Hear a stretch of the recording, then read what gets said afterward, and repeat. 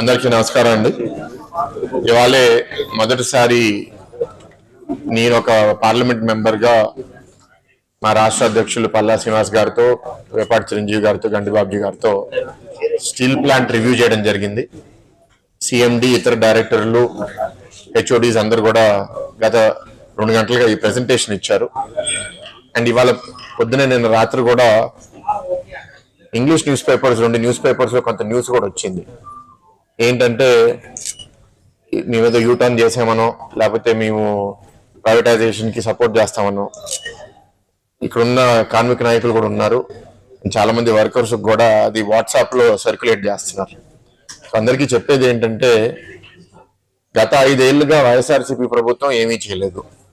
ఇప్పుడు వాళ్ళకి సంబంధించిన వాళ్ళు సాక్షిలో పనిచేసిన వాళ్ళు ఇప్పుడు డెక్కన్ క్రానికల్లో ఎడిటర్గా పనిచేస్తున్నారు. వాళ్ళు ఇప్పుడు ఎవరి ద్వారానో ఆర్టికల్ రాయిపించి, నాకు అర్థం అవుతుంది ఏంటంటే అది కూడా ప్రత్యేకంగా స్టీల్ మినిస్టర్ వచ్చి ఒక రోజు ముందు అది రిలీజ్ చేసి అందరికీ భయభ్రాంతులు పెడుతున్నారంటే వాళ్ళ ఉద్దేశం ఏంటి? మీకు ఏదన్నా ఆధారం పబ్లిక్ గా బాబు గారో, లేకపోతే ఇక్కడ ఎంపీలుగా నేను, లేకపోతే అనకాపల్లి ఎంపీ రమేష్ గారో, లేకపోతే ఇక్కడ ఎమ్మెల్యేలు పల్లా శ్రీనివాస్ గారు, పంచకల్ రమేష్ గారు ఏదైనా వచ్చి ఎప్పుడన్నా ఎక్కడ అన్నారా?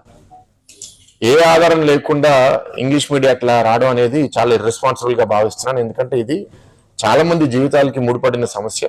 అంత ఈజీగా లైట్ గా వాళ్ళు రాయడం అనేది కరెక్ట్ కాదు.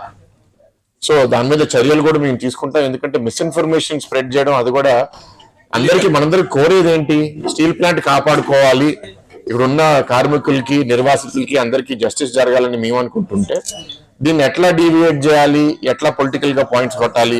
వాళ్ళు పవర్ లో ఉన్నప్పుడు 5 ఏళ్ళు చేయలేకపోయారు, ప్రతిపక్షంలో ఉన్నప్పుడన్నా మా పని మమ్మల్ని చేయనివ్వచ్చు కదా.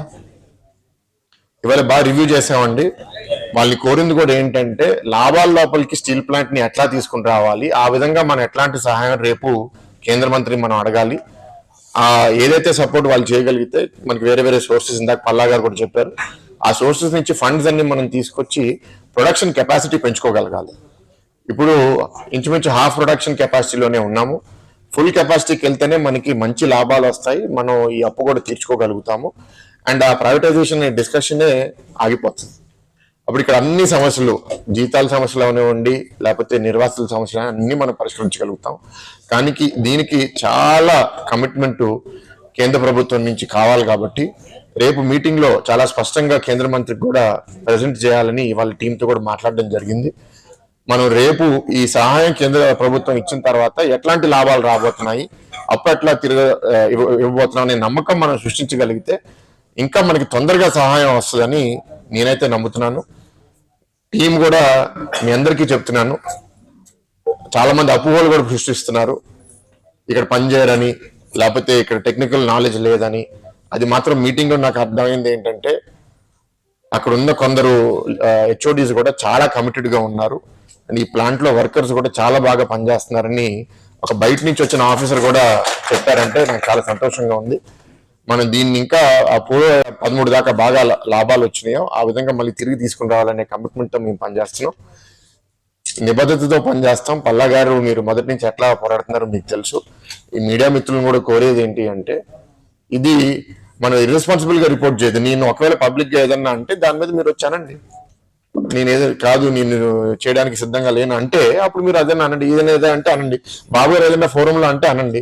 అంతే తప్ప ఎవరు టీడీపీ అఫీషియల్ చెప్పారు, ఎవరు పేరు తీసుకోండి, మీకు ధైర్యం ఉంటే ధైర్యం తీసుకుని మేము కేసేస్తాం అప్పుడు వాళ్ళ మీద. ఏమీ లేకుండా సృష్టిస్తున్నారంటే దురుద్దేశం ఏంటి అనేది మీ అందరూ ఒకసారి అర్థం చేసుకోండి. సో మీడియా మిత్రులు అందుకే కోరుతున్నాము దట్ ఈ మిస్ఇన్ఫర్మేషన్ మా ద్వారా మీరు దానికి రెస్పాన్స్ ఇస్తారని. ప్రత్యేకంగా ఈ స్టీల్ ప్లాంట్ కమ్యూనిటీలో అందరికీ భయం ఏదో అయిపోతుంది అనే ఒక అపోహ. ఎందుకంటే ఇలా నెగిటివ్ న్యూస్ వస్తే వాట్సాప్ లో ఎంత ఫాస్ట్ గా సర్క్యులేట్ అవుతుందో మీ అందరికీ తెలుసు. వాళ్ళ సర్క్యులేషన్ కన్నా మీ సర్క్యులేషన్ ఇంకా ఫాస్ట్ గా ఉంటుంది. సో అదే కోరేది ఏంటి అంటే, నిజం నిలవాలి. మీ ఎప్పుడన్నా సరే ఏదన్నా ప్రశ్న ఉంటే మేము వచ్చి మీడియా ముందు ఆన్సర్ చేస్తాము. ఇవాళ సమయం తక్కువ ఉండడం వల్ల కేంద్ర ఉక్కు మంత్రి ఇప్పుడే ల్యాండ్ అవుతున్నారు, త్వరలో ఇప్పుడు ఆయన వెళ్ళి రిసీవ్ చేసుకోవాలి. కాబట్టి ఇక్కడతో ఇది ముగిస్తున్నాం.